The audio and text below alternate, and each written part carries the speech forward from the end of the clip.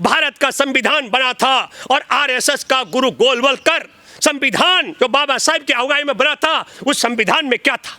बड़ी खूबसूरती थी। हमारे देश में जिन्हें द्वयम दर्जे का नागरिक बना के रखा गया था, दलितों को बराबर अधिकार दिया गया। जिन महिलाओं को द्वयम दर्जे का नागरिक माना जाता था, उन्हें बराबर का हक दिया गया था। क्या? वोट का हक।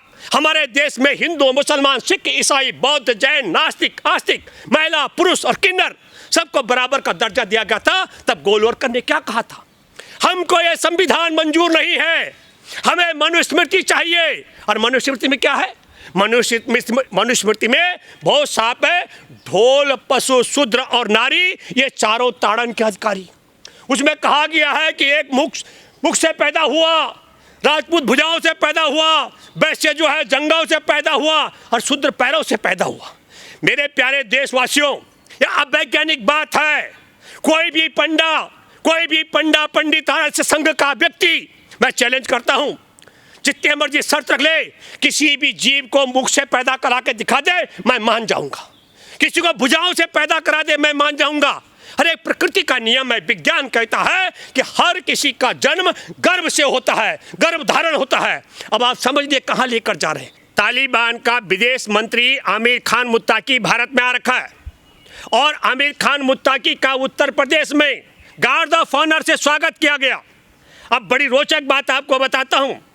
15 अगस्त 2021 को जैसे ही तालिबान ने अफगानिस्तान की सत्ता पर कब्जा किया, भारत की मोदी सरकार ने राजदूत को वहां से हटा दिया और मोदी ने कहा कि बंदूक के नोक पर, आतंक के नोक पर किसी भी कीमत पर शांति कायम नहीं की जा सकती है और ये गलत तरीका, अवैध तरीके से सत्ता को कब्जा किया गया है। मोदी ने तालिबान सरकार का बहिष्कार किया और तोहफे में क्या मिला? 15 अगस्त को तालिबान की सरकार बनती है, 3000 किलो हेरोइन वहां से अफगानिस्तान से पहली खेप भारत को पहुंचाई जाती है, जिसको ईमानदार अधिकारियों ने पकड़ा। मुद्रा पोर्ट पर अदानी के 3000 किलो हेरोइन की कीमत 2 खरब 10 अरब रुपए से ज्यादा। और मैं आकलन कर रहा था कि इतनी बड़ी रकम की हैसियत किसकी हो सकती है? अदानी की हो सकती है, अंबानी की हो सकती है, हमारे देश के राष्ट्रीय सुरक्षा सलाहकार अजीत डोभाल की हो सकती है, विदेश मंत्री की हो सकती है, हमारे देश के प्रधानमंत्री और गृह मंत्री की हो सकती है। किसी आम आदमी की 2 खरब से ज़्यादा की हैसियत नहीं हो सकती है, यह मैं दावे के साथ कह सकता हूँ। और जो गिरफ्तारियाँ की गई वो आम नागरिकों की गिरफ्तारी की गई है। तो ये आपको और हमको सोचना पड़ेगा कि एक तरफ आप वहां से राजदूत, दूतावास हटाते हैं और दूसरी तरफ बड़ी बड़ी खेप वहां से मुद्रा पोर्ट, अदानी के पोर्ट से भारत में आती है। योगी आदित्यनाथ उत्तर प्रदेश का मुख्यमंत्री कहता है, जो तालिबान के गुणगान कर रहे हैं, तालिबान की बात कर रहे हैं, वो देश के गद्दार हैं। तो अब हम बात करना चाहते हैं, आज की तारीख में हमारे देश का राष्ट्रीय सुरक्षा सलाहकार अजीत डोभाल, विदेश मंत्री एस जयशंकर आमिर खान मुत्ताकी के साथ बात करता है, तालिबानी मंत्री के साथ में ये देश से गद्दारी कर रहे हैं। योगी आदित्यनाथ को बताना चाहे या देश से वफादारी कर रहे हैं। और योगी आदित्यनाथ के राज्य में बाकायदा गार्ड ऑफ ऑनर दिया गया। तो ये यू टर्न कैसे? मैं एक बात दावे के साथ में कहना चाहता हूं, जब तक अब की बार ट्रंप सरकार की बात करने वाला सितंबर 2019 में हाउडी मोदी में नरेंद्र मोदी ने क्या था, फरवरी में आप सब लोगों ने देखा गुजरातियों को खड़ा करके नमस्ते ट्रंप कराया गया था। और जैसे ट्रंप ने ठोकर मारी तो तालिबान के चरणों में जाकर गिर रही है सरकार। पहले नारा था अब की बार ट्रंप सरकार, अब नारा लगेगा मोदी की तरफ से हर बार तालिबान सरकार, हर बार तालिबान सरकार, ये नारा लगने वाला है।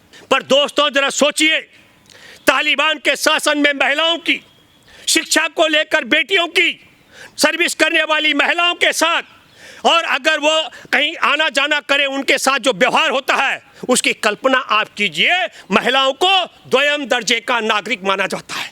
ठीक उसी तरीके से जैसे देश की आज़ादी के बाद भारत का संविधान बना था और आरएसएस का गुरु गोलवलकर संविधान जो बाबा साहब की अगुवाई में बना था, उस संविधान में क्या था? बड़ी खूबसूरती थी। हमारे देश में जिन्हें द्वयम दर्जे का नागरिक बना के रखा गया था, दलितों को बराबर अधिकार दिया गया। जिन महिलाओं को द्वयम दर्जे का नागरिक माना जाता था, उन्हें बराबर का हक दिया गया था। क्या? वोट का हक।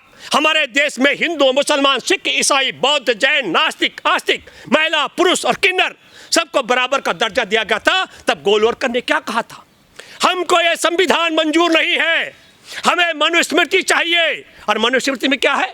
मनुस्मृति में बहुत साफ है, ढोल, पशु, शूद्र और नारी ये चारों ताड़न के अधिकारी।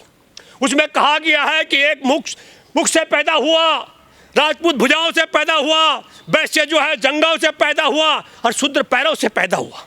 मेरे प्यारे देशवासियों, यह अवैज्ञानिक बात है।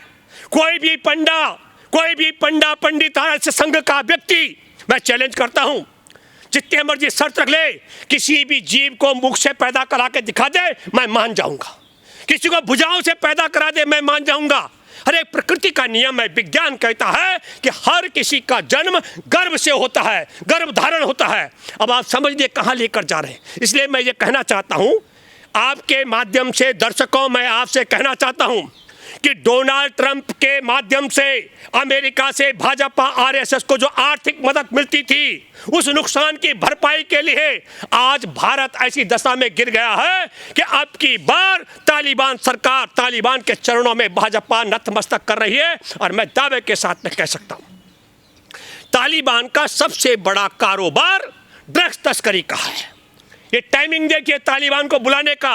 एक तरफ आप वक्फ बोर्ड की संपत्ति दान करने वालों पर बंदिश लगा रहे हैं, जो संपत्ति उनके पास पहले से वक्फ बोर्ड में है उसको छीनने के लिए कलेक्टर को पावर दे रहे हैं। और फिर आप क्या करें? आप ये संदेश देना चाहते हैं कि जो महिलाओं और बच्चों को शिक्षा नहीं देना चाहते हैं, उन तालिबानियों को हमने भारत में बुलाया तो भारत के मुसलमान हमको वोट देंगे। मैं दावे के साथ में कह सकता हूं, ये मतदाताओं को प्रभावित करने का एक। और अब दुनिया में तालिबान को किसी ने भी मान्यता नहीं दी, एक रूस के अलावा। और रूस की भी टैक्टिकली चाल है। और हमारे देश में दामाद की तरह स्वागत हो रहा है।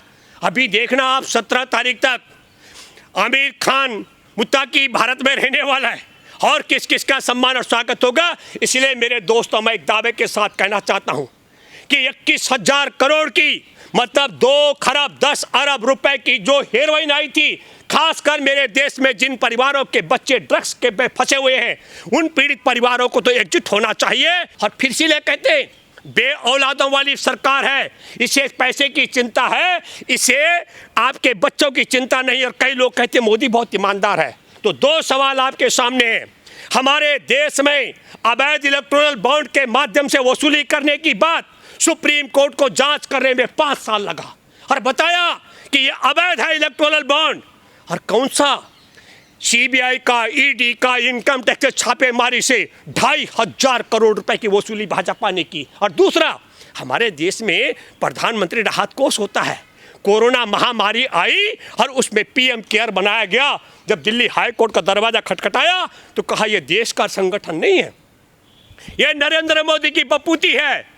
तो अवैध इलेक्टोरल बॉन्ड से गुप्त तरीके से सीबीआई, ईडी के छापे मरवा कर वसूली हो रही हो, हमारे देश में पीएम केयर गठन करके देश और दुनिया की कंपनियों से लूटपाट करके पैसा इकट्ठा किया जा रहा हो, और तालिबान जो ड्रग्स सप्लाई करता है उसके साथ में साझेदारी। और मैं दावे से कह सकता हूं, जिस दिन 21,000 करोड़ की ड्रग्स पकड़ी गई थी उसका कहीं खबर नहीं आया।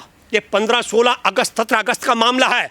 इसलिए मैं ये दावे के साथ में कह सकता हूँ, बाकी किसी गरीब के घर में छोटा मोटा अपराध पकड़ा जाए, बुलडोजर चल जाता है, मुद्रापुर पर बुलडोजर नहीं चला। और 2 खरब से भी ज़्यादा की ड्रग्स कैसे तालिबान ने, किसके कहने पर भेजी, इतनी बड़ी रकम की गारंटी किसने दी? और तालिबान जो देश और दुनिया में बदनाम हो, उस तालिबान को इस तरीके से दामाद की तरह बिठाना और स्वागत करना, ये शोभा नहीं देता है। इस चाल को भी देशवासियों को समझना चाहिए।